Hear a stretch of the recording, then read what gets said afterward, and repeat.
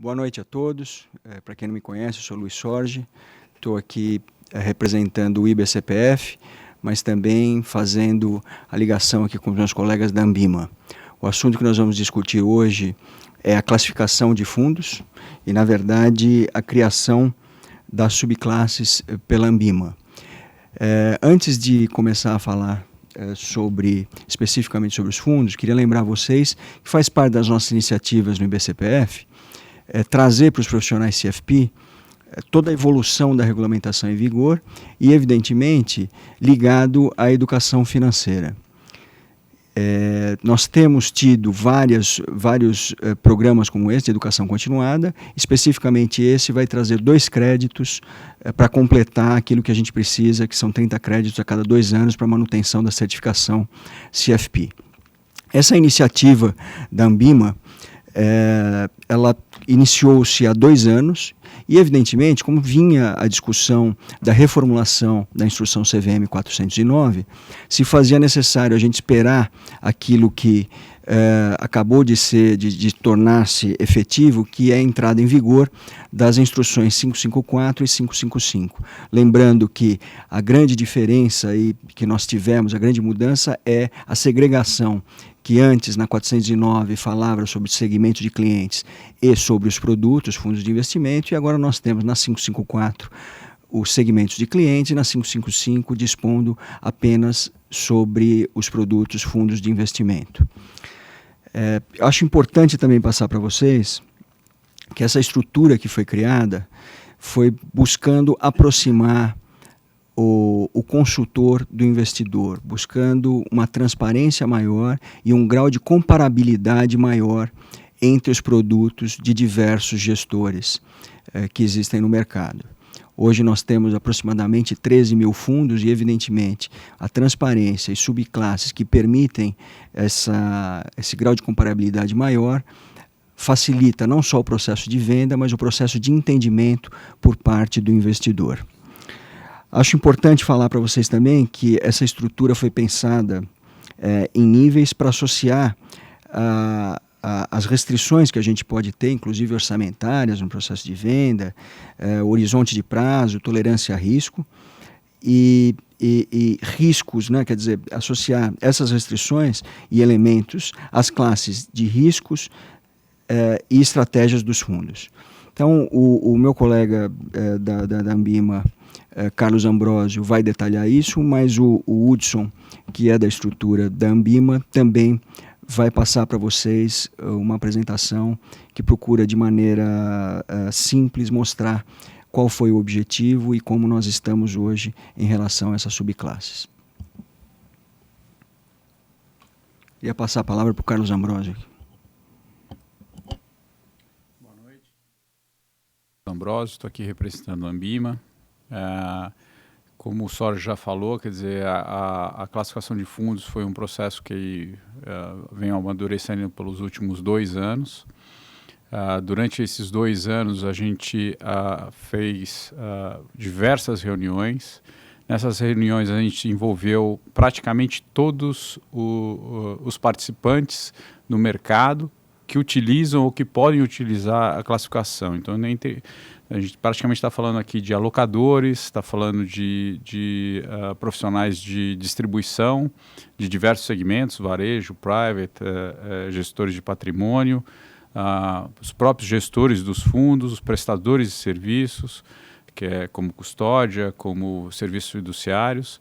Além de todo esse grupo de pessoas, todos esses participantes, a gente também acabou fazendo uma parte de interação com investidores, né, onde a gente fez o Focus Group, que é chamado, né, onde a gente testou algumas teses, algumas teorias que a gente teria levado para a classificação. E a ideia sempre foi, com todos esses grupos, foi tentar desenvolver um modelo que desse mais transparência e que desse mais informação e que auxiliasse o processo, que é o processo de escolha, e aproximasse, que nem o Sorge falou, o profissional da venda com o investidor, né? Que auxiliasse, que virasse uma ferramenta, né? A gente também, durante esse processo todo, entendeu que isso aqui é um início de um processo, quer dizer, a classificação começa e ela deve amadurecer com o tempo. Então, e a gente parte também como o Sérgio já mencionou, parte da parte regulamentar da 555 e vai aprofundando e dando mais informação quanto fatores de risco e estratégias. E esse processo e essa lógica deve ajudar aí o profissional de venda e alocador junto ao investidor definir a escolha do produto que faz mais sentido, né? E, bom, eu acho que o objetivo hoje aqui é a gente aprofundar e passar um pouco mais para vocês de como que acabou sendo o resultado de todo esse trabalho, envolvendo todo mundo mais uma vez, que nem eu falei. Eu passo aqui a palavra para o Hudson e tanto eu como o Sérgio depois estamos aqui, vamos estar participando no meio do caminho com o Hudson e estamos abertos para perguntas também. Então, obrigado. Boa noite a todos, Hudson Bessa da Ambima. Vou fazer a apresentação, a gente vai tentar não gastar tanto tempo na apresentação para deixar um tempo maior para as perguntas, tá? Então, começando aqui, nova classificação, lançamos agora dia 1º de outubro. Como já falou aqui o Sérgio Carlinhos, primeiro, a classificação por si só ela não resolve um problema de o investidor entender o que é um fundo e qual é o investimento. Ela é um caminho, ela ajuda nisso. Então, o que a gente está pretendendo é facilitar o processo de investimento. Não resolve, mas facilita. Contribuir para aumentar a transparência do mercado e permitir uma adequada comparação entre os produtos. Ou seja, a gente quer criar maior comparabilidade para que você possa, de fato, verificar se depois o seu compromisso de investimento está ou não sendo entregue. Opa. Pronto. Como falou o Carlinhos, a gente se preocupou com essa classificação em ouvir de vários públicos. Então, a gente ouviu as distribuidores, ouvimos as assets, ouvimos os ranqueadores, os consultores, tentamos pegar a visão de todos e trazer toda essa visão para dentro da classificação e assim atender a mais de um público. Bem, começamos o trabalho com alguns objetivos, né? Entre os objetivos que nós elencamos aqui, atender a necessidade dos diferentes públicos, uma acessibilidade e lógica de entendimento, sem perda e profundidade técnica, refletir práticas do mercado local, porém garantindo uma integração com o mercado internacional, ou seja, trazer o arcabouço internacional e a ele trazer para as práticas locais, clareza nos fatores de risco e estratégias, contribuindo mais uma vez para a transparência e clareza, e aproximar o distribuidor do investidor, auxiliando nessa ponte, nessa conversa, trazendo um caminho para essa conversa. Então, quais são os drivers que nós tivemos na classificação? Uma simplificação, ela passa, na verdade, no nosso caso aqui, por a gente ter um processo básico de investimento por trás da decisão. Um processo que leva em conta a necessidade do investidor, horizonte de tempo, restrições orçamentárias dele.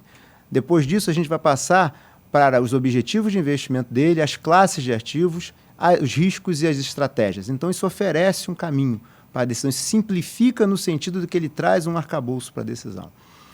Modelos internacionais, porque nós trazemos a experiência internacional para a classificação e criamos um alinhamento com o mundo. E adequação às práticas da estrutura local, mais uma vez respeitando as características do nosso mercado. A classificação ela foi feita em níveis. Durante o processo de focus group que nós fizemos, nós percebemos que existia muita dificuldade dos investidores, de fato. Fizemos cerca de 20 focus group com investidores e gerentes, né, separadamente, alguns com investidores e outros com gerentes e consultores de investimento, e percebemos que, do lado dos investidores, há muita dificuldade. Como a gente falou, é um caminho que tem um processo de investimento. Então, pensa, qual foi a proposta aqui? Vamos fazer em níveis, de maneira que cada nível conduza a discussão, guie essa discussão. Então, o primeiro nível é o nível regulatório, é o nível das classes de investimento. Então, nós temos renda fixa, e são as classes CVM, ações, multimercado e cambial. Tá? Esse primeiro ponto leva ao segundo nível, onde nós temos os riscos inerentes e o tipo de gestão. E, por fim, as estratégias que estão, são as estratégias que vão ser utilizadas na gestão da carteira. Com isso, nós trazemos um caminho para a decisão que vai sendo passado passo a passo. Nesta conversa, você ganha o quê? Uma estrutura para a conversa, você ganha uma trilha, uma estrada para essa conversa, onde passo a passo você vai conduzindo isso para uma decisão. a gente não pode encarar a classificação, os tipos Ambima, como uma pura e simples lista de produtos. Elas, na verdade, tem um ordenamento até que você chegue na estratégia. Tá? Comparando aqui essa imagem que a gente tentou refletir aqui, é como se você tivesse várias portas que você tem que escolher uma porta, abrir, e essa porta te leva a outras portas. Então, aqui, fazendo uma analogia, no primeiro nível ali nós temos as classes de ativos. Dadas suas necessidades, como eu tinha falado, seu horizonte de tempo, restrições orçamentárias, seu perfil de risco, você vai ter uma porta que vai ser a porta mais adequada para você. Disso, vão te abrir algumas portas. Você vai escolher uma. Essa uma que vai ser escolhida vai te deixar algumas outras portas abertas até que você chega na sua decisão. Então, isso é um processo ordenado e, como eu falei lá atrás, isso é um caminho. A gente tentou construir uma ponte aqui, como falou o Sorge, uma ponte que consiga ligar o investidor e o consultor. Essa ponte, na verdade, o consultor que vai fazer essa ponte entre o investidor e o investimento. Tá?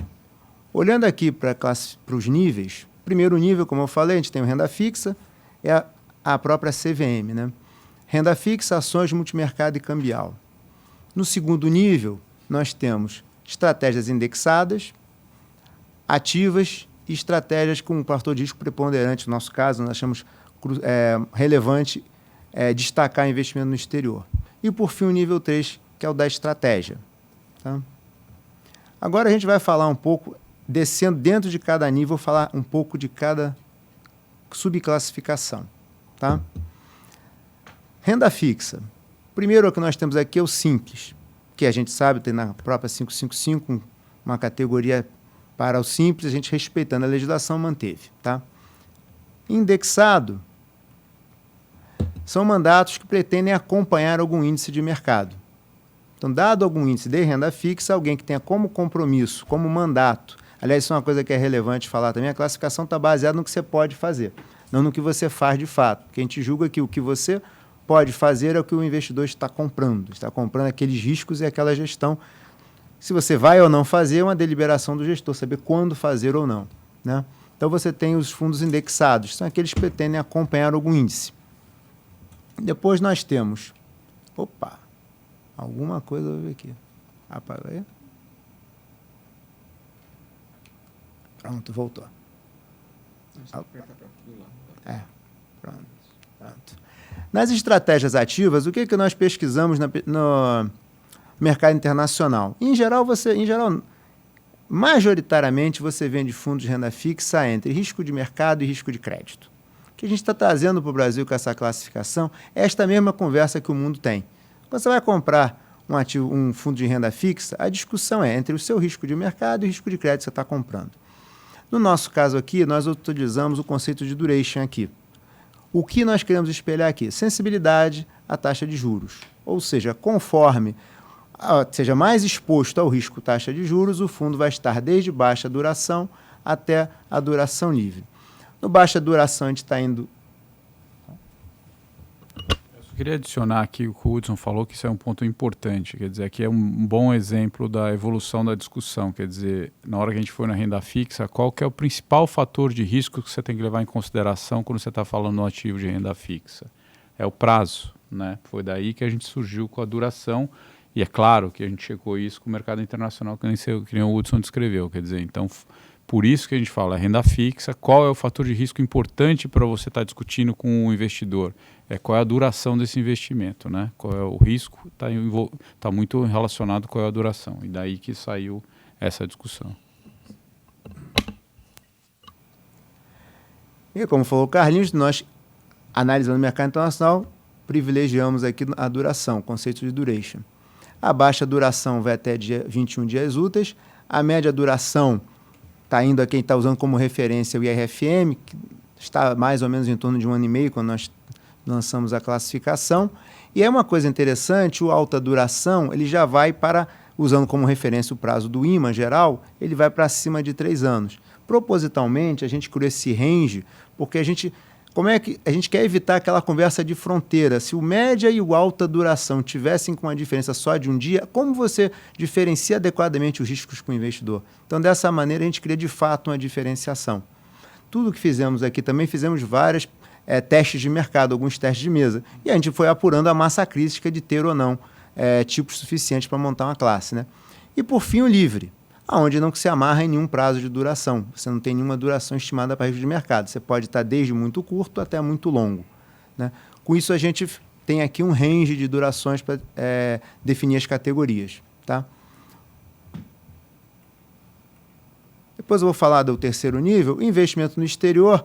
Consideramos, usando também a 555 como um parâmetro, que os fundos que tenham possam ter mais de 40% de exposição em ativos cross-border fora do Brasil deveriam estar identificados numa classe, num tipo específico Ambima, nesse caso aqui, investimento no exterior, tá?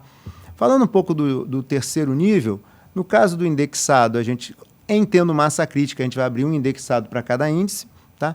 E no caso do ativo, a gente vai ter o soberano, que é 100% título brasileiro, do mercado do governo brasileiro, o grau de investimento e o crédito livre. O grau de investimento, a gente usa as escalas locais das agências de rating, tá? Existe uma escala local que é utilizada como baliza para essa classificação, tá? Nesse caso aqui, a gente tem...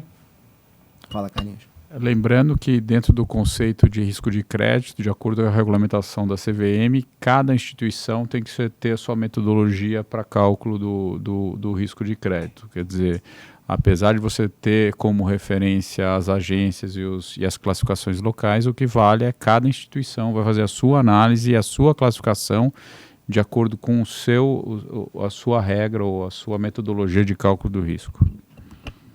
Perfeito. Para aqueles que usam como parâmetro, né? O gestor, mas a responsabilidade é do gestor, né? E aí nós optamos aqui no grau de investimento, ele tem que ter no mínimo 80% em bom risco de crédito, né?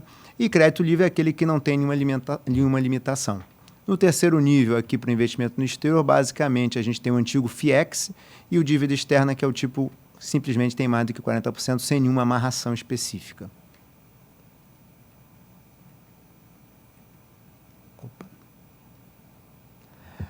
Bem, aí vocês podem ver, a partir de agora, que há um frame. O que eu quero dizer com isso? Há uma estrutura que vai ser utilizada a partir de então.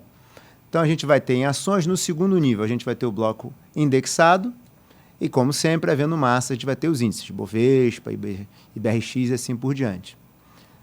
Depois, nós vamos ter o ativo, que, por definição, é aquele que não é indexado e não cabe naquelas caixinhas específicas que estão abaixo. Ou seja, aquele fundo que, na verdade, ou ele pretende bater algum índice ou ele não tem nenhum índice declarado, tá? E aí nós elencamos algumas estratégias, não vou falar de todas elas aqui, são estratégias que a gente já tinha na casa, a gente já vinha no mercado, a classificação Ambima anterior já tinha elas, a gente deu um aprimoramento na redação, deixando elas mais atuais.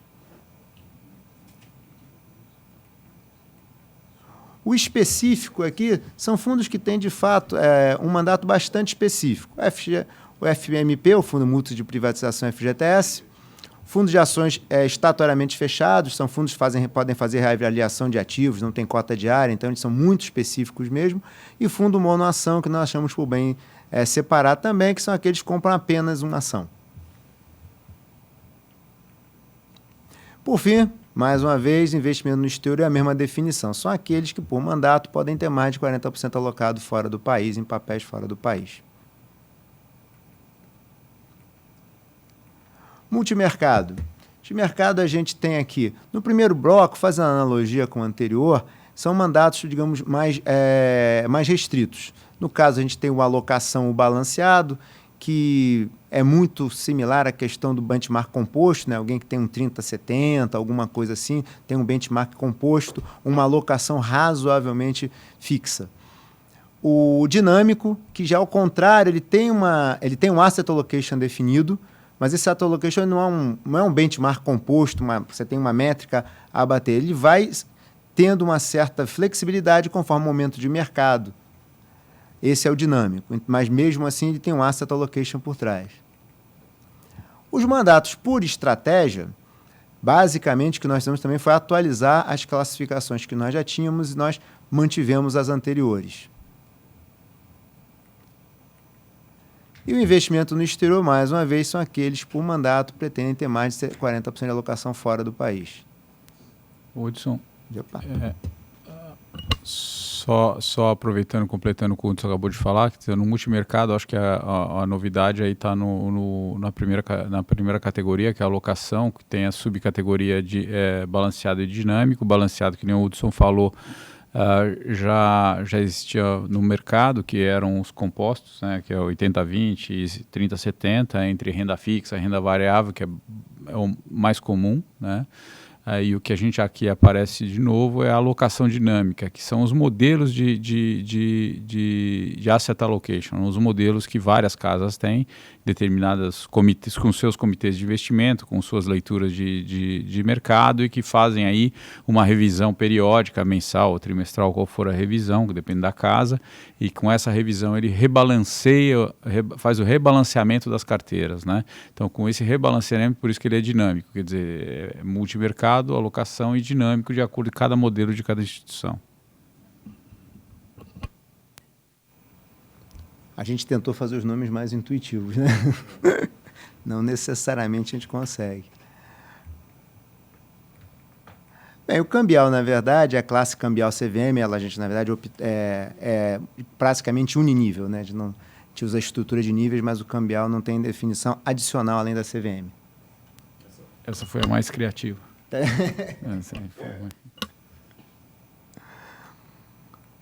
Bem, a gente vai dar um exemplo aqui, que a gente tem usado muito, até com a imprensa, né, que a gente tem usado, né? Basicamente, uma simulação de alguém que tem uma determinada... tem recursos para investir, tem um ponto de dúvida, tem algumas necessidades, e aí ele está diante de si com uma questão onde colocar o seu dinheiro, né?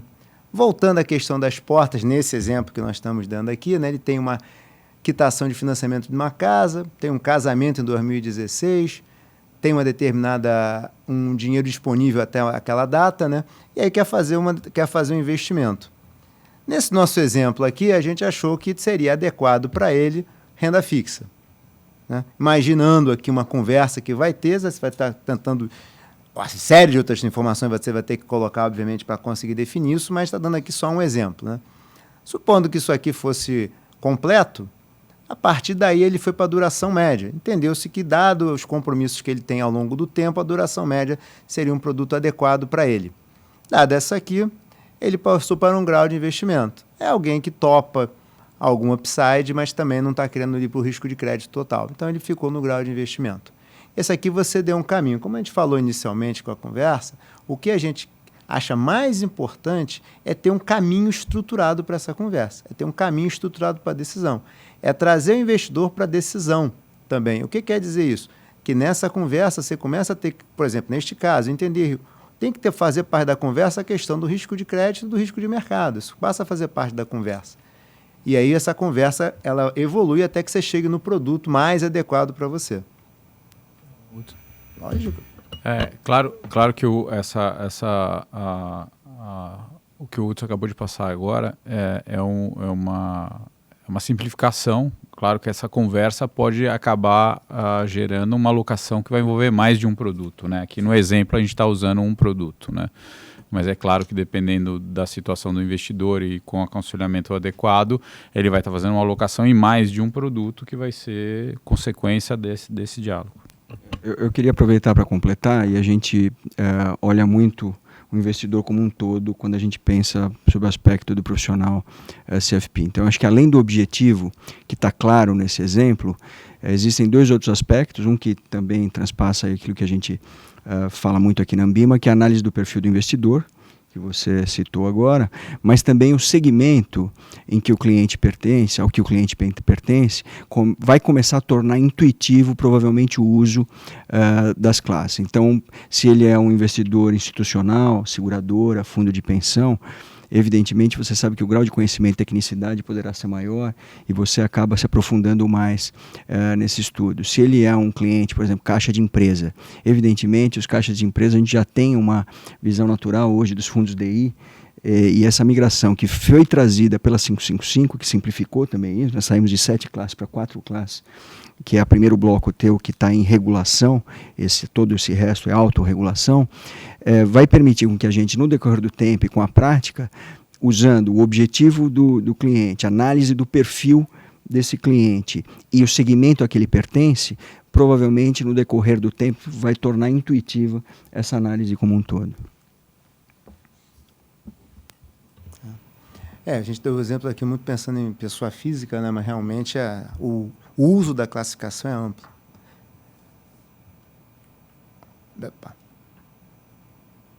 Bem, aqui só fechando o exemplo, né, foi a decisão que se chegou no final. Bem, o que tem aí de mensagem aqui que a gente acha legal, né?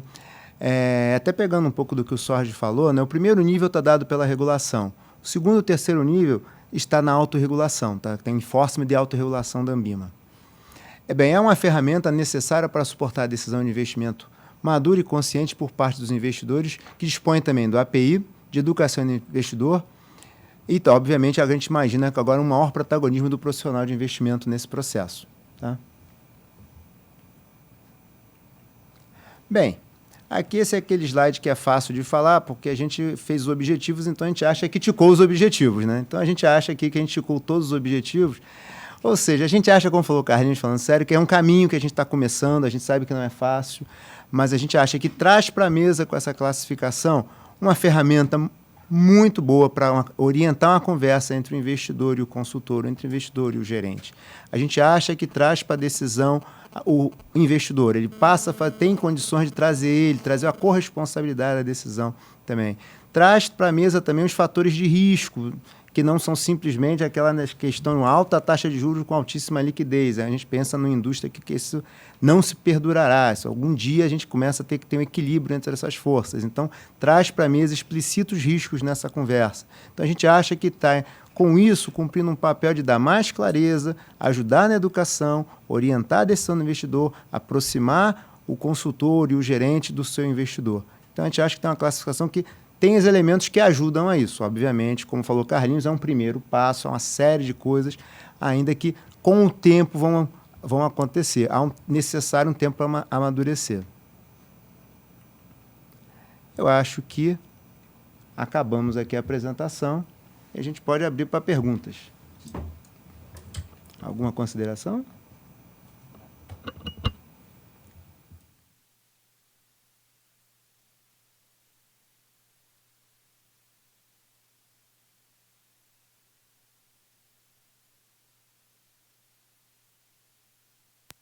Então, vamos lá. Cláudio Augusto Mauad, empresa C3 Culture. Mais perto do microfone. Tá. Cláudio Mauad, C3 Culture. Por favor, os fundos de ações, dividendos ou small caps que buscam acompanhar índices respectivos não seriam indexados? E os DIs devem ser indexados ou duração baixa? Querem responder? Que nem o Hudson colocou, quer dizer, um fundo de ações indexado, se o índice é um índice de dividendo ou um índice de small cap, desde que exista o índice e você vá replicar o índice, vai ter uma aderência ao índice, você pode ser um fundo indexado. Agora, se você pretende superar esse índice, aí você é ativo, e aí você cai dentro de ativo e a categoria. Tudo depende de qual é o seu mandato e qual é o índice. Em existindo um índice de dividendo e o índice de small cap, sim, você pode ser um fundo indexado. E DI não é índice, né? DI não é índice, é por isso que isso infelizmente até apareceu no jornal e não estava correto, né? Como o DI não é um índice, não dá para você ter um fundo DI índice, né? Então, DI é praticamente um fundo de renda fixa baixa duração. Talvez a gente consiga começar a tirar essa nomenclatura que talvez durante muito tempo foi usada até de maneira errada ou negativa, e a gente começa a desindexar aquilo que não é índice, né? Bem, temos uma segunda pergunta. Antônio Varanda, é autônomo. Investimentos no exterior não deveriam ser classe ao invés de categoria?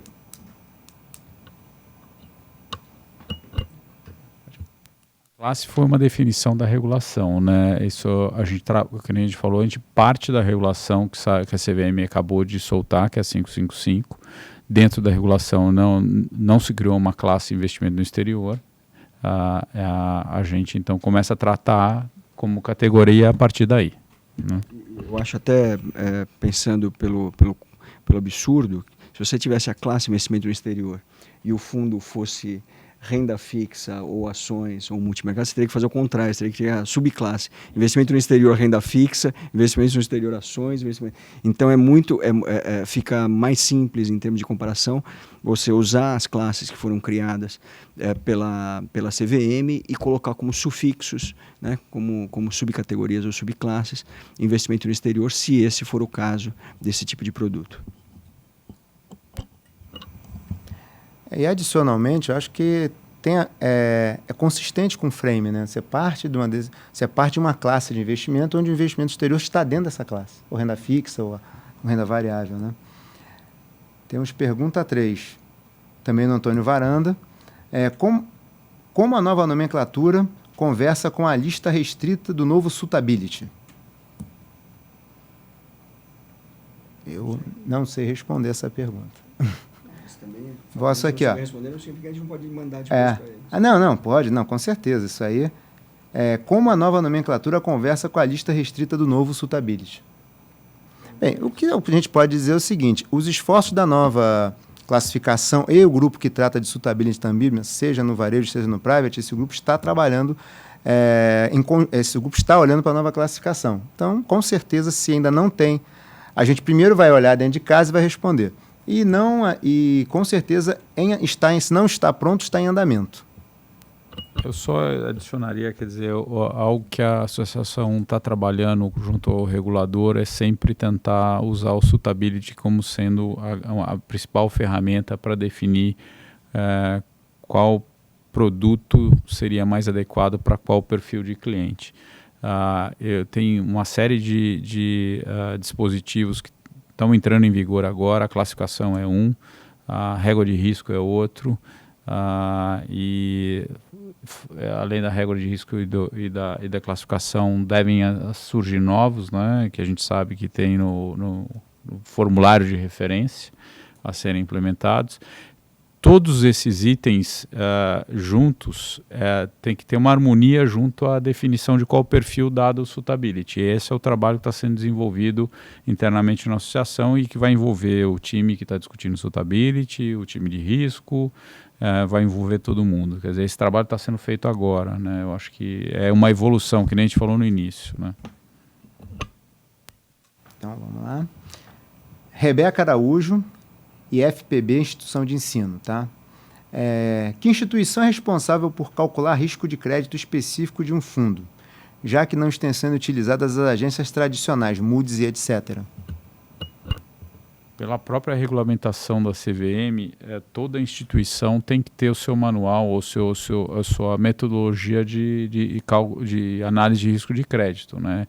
Quem é o responsável pela análise de risco de crédito é o gestor. Quer dizer, ele tem que ter sua metodologia. Ele não pode simplesmente, que nem o Hudson colocou, que a sua metodologia pode até usar como referência uma agência externa, mas ele não pode deixar de ter a sua própria análise. Isso é uma regulamentação da CVM.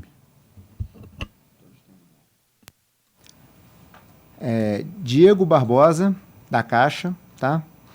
Gostaria de uma explanação um pouco mais detalhada acerca da regulação versus autorregulação citadas por Luiz Sorge.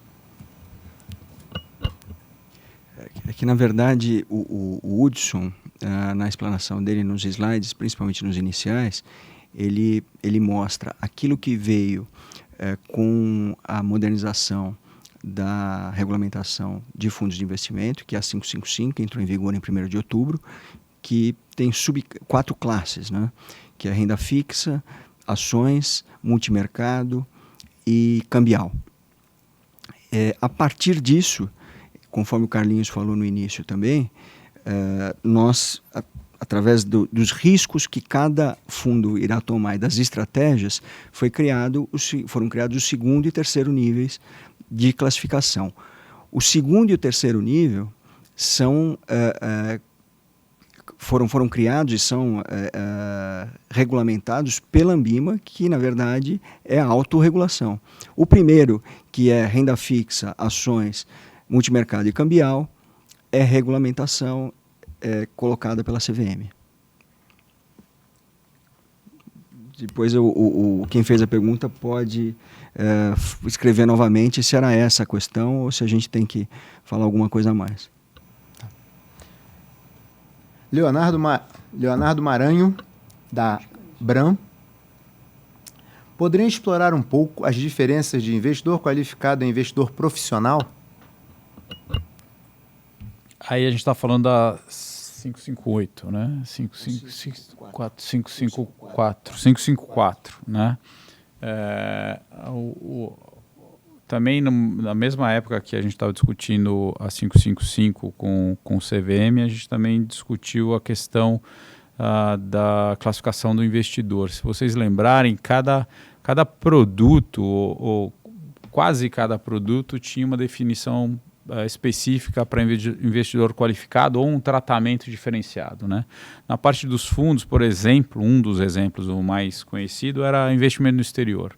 Para você investir no exterior, você tinha que ter um ticket mínimo de 1 milhão, e que se criou o jargão de mercado de falar de super qualificado. Para investir em determinadas estratégias, você tinha que ser investidor qualificado, que até aquele momento acho que eram 300 mil de investimentos em ativos financeiros. E não tinha uma obrigatoriedade de volume mínimo de investimento. E você tinha isso ainda se propagando em outros ativos, por exemplo, ofertas restritas, ofertas públicas.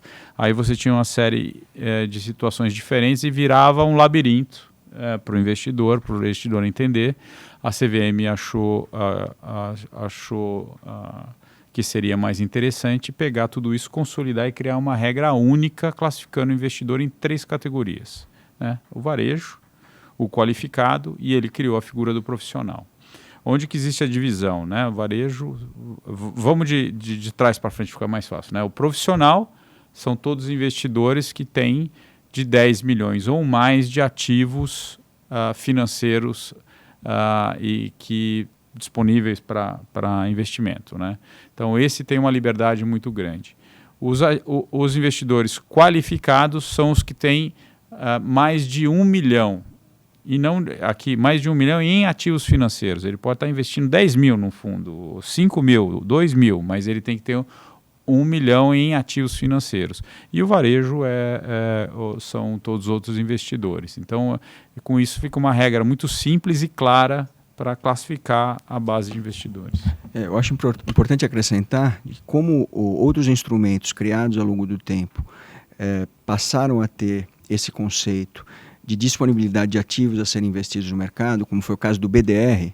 O BDR ele nasceu com essa condição de ter um volume mínimo investido no mercado para se poder investir em BDR, que era 1 milhão.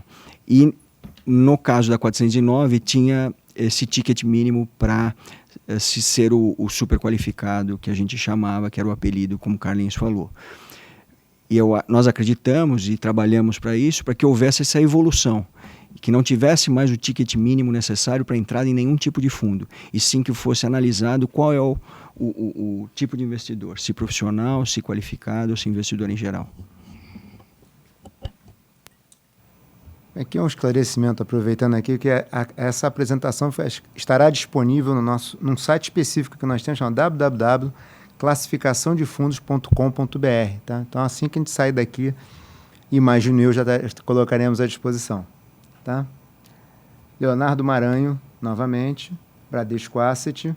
Qual a nova política para trazer maior transparência ao investidor com relação ao rebate de taxa de administração?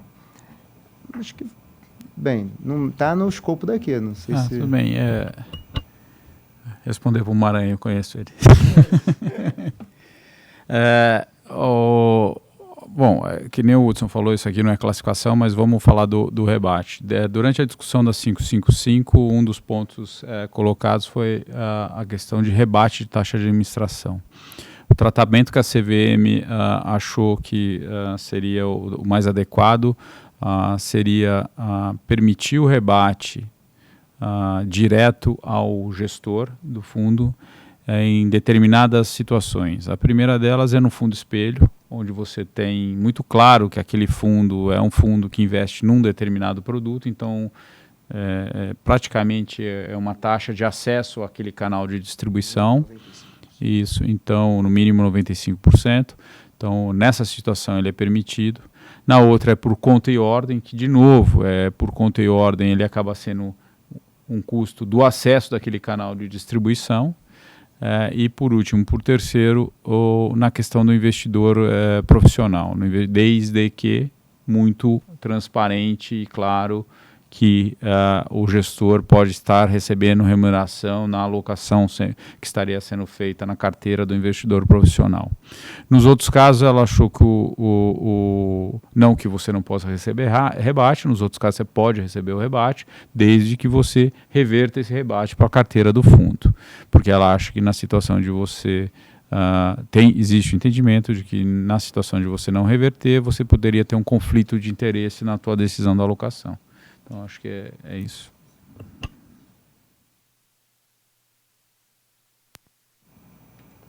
Eu acho que... Se temos mais alguma pergunta?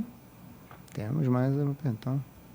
Não sei se ficou claro ali, mas só vou repetir então aqui. O site é www.classificaçãodefundos.com.br.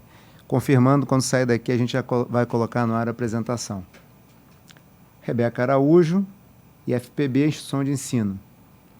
Quanto tempo os fundos têm para se adequarem a essa classificação? Pergunto isso porque a corretora por onde invisto ainda não está classificando os fundos por esse novo modelo. Tá. Bem, a gente já fez a migração da base de dados, né, para a gente evitar fazer uma migração. A verdade, se você for fazer uma migração aos poucos, o fluxo de recursos da indústria vai migrando muito devagar e você acaba comprometendo as estatísticas. Então, já migrou. Agora, até 30 de junho, as empresas podem fazer suas assembleias e alterar os seus regulamentos e demais documentos. Então, esse é o prazo para adequação. Na Ambima já estão, e a partir do momento que já façam a migração, já começarão a usar também. Façam a migração para a CVM, né? André Santander. Principalmente no varejo, o investidor ainda espera por uma resposta direta do consultor sobre qual o melhor investimento. Com a nova classificação, o investidor é provocado a participar ativamente dessa decisão. Como nós planejadores consultores podemos tornar esse processo mais simples e mostrar a real importância dessa investigação e participação do cliente? Bom, primeiro eu acredito que considero que ele já é cliente, então você deve fazer uma comparação entre o que ele tem hoje e aquilo que você vai indicar, que provavelmente vai ser a migração natural. O segundo ponto, eu acho que faz sim parte do nosso papel a orientação. Acho que a participação dele tem que ser dentro da condição de entendimento dele, porque se você for passar para ele decidir como entrar, fazendo analogia do Hudson nessas portas, pode ser realmente que ele, num primeiro momento, sem familiaridade, sem conhecimento profundo, tenha dificuldade e pode ter um efeito contrário. Você pode gerar uma certa aversão a ele fazer essa migração, ou entender essa migração de classes e subclasses ou categorias.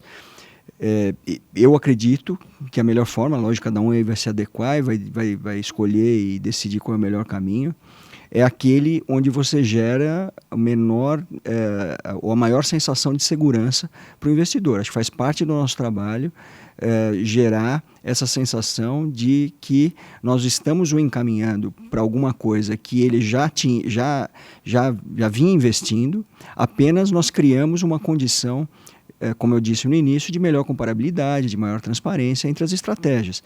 Então, portanto, eu acredito, olha o que ele tem, verifica para onde ele está indo e explica as diferenças, eventualmente, entre um e outro, porque ele pode ser que de onde ele está hoje para onde ele vai, ele tem 2 ou 3 opções diferentes, não são todas elas que ele vai seguir.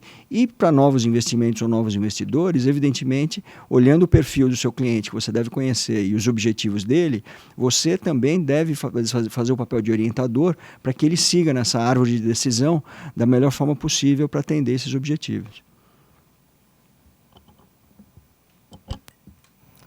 Mais uma aqui, Cláudio Mauad, da C3. Fundos cambiais são apenas aqueles atrelados à variação do euro ou dólar, ou assim classificam-se também os fundos atrelados a outras moedas, por exemplo, ien, como fazer? Aqui, na verdade, para qualquer moeda, não somente euro e dólar, tá? Não há limitação provavelmente para euro e dólar, não, tá?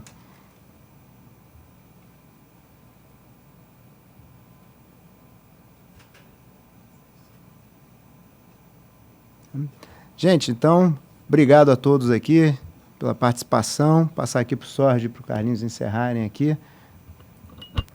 Agradeço aí o tempo de todo mundo e, que nem o Hudson falou, qualquer outra pergunta também podem enviar por e-mail, né, para mim, a gente... Sim. Eu gostaria de finalizar dizendo que até tido um pouco a última questão que eu respondi, como a gente vive um momento um pouco turbulento em termos de cenário, a gente tem que tomar cuidado para não causar volatilidade adicional, não nos mercados, mas talvez de humores. As pessoas estão muito sensíveis, as pessoas se tornaram mais curto-prazistas em suas análises, e se a gente trouxer mais incerteza do que certeza, pode ser que a gente potencialize esses movimentos. A ideia é que a gente entenda bem, por isso é o objetivo desse trabalho muito bem organizado aqui pela Ambima. Entendendo bem, você acaba orientando melhor e dando mais segurança e mais tranquilidade para o investidor final. Queria agradecer aos profissionais CFP e a todos os que estão ouvindo a gente aqui, que participaram desse webinar, porque eu acredito que faz parte do trabalho de todos esse aculturamento com essa nova classificação. Muito obrigado, boa noite.